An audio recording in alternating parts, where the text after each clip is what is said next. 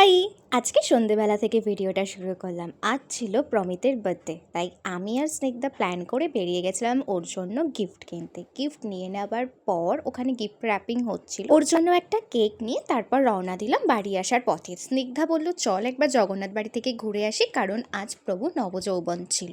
তো আমরা তো যথারীতি লেট করে গেছিলাম। একটা ছিল প্রভুর দেখা পাবো কিনা, যথারীতি তাই হলো। আমরা অনেকটা লেট হবার জন্য তিনি দরজা বন্ধ করে ঘুমিয়ে পড়েছেন।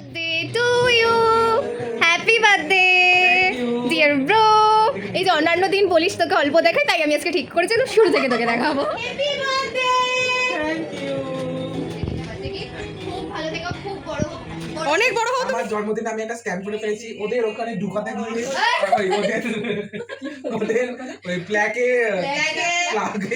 ওই জ্যাক ঢোকাতে গিয়ে স্পার্কেল বেরালো, শেষ হয়ে গেল। ওখানে তো জন্মদিনের কেক কাটা হয়ে গেল। জন্মদিনে কেক কাটা ইতি তো বার্থডে বয়ের মুখেই শুনলে কিভাবে আমাদের কারেন্টটা চলে গেছিলো। আমরা সবাই বসে ওয়েট করছিলাম। আর দাঁড়াও, আর একটা জিনিস দেখাই। এই যে আমাদের মহারানী এর মধ্যে আইব্রোটাও করছে। তারপর কারেন্ট আসার স্নিগ্ধার হাতে জমিয়ে 1 কাপ গরম কফি আর কেক কাটা, এই করেই দিনটা কাটলো। কেটে ফেলো এবার। Happy birthday.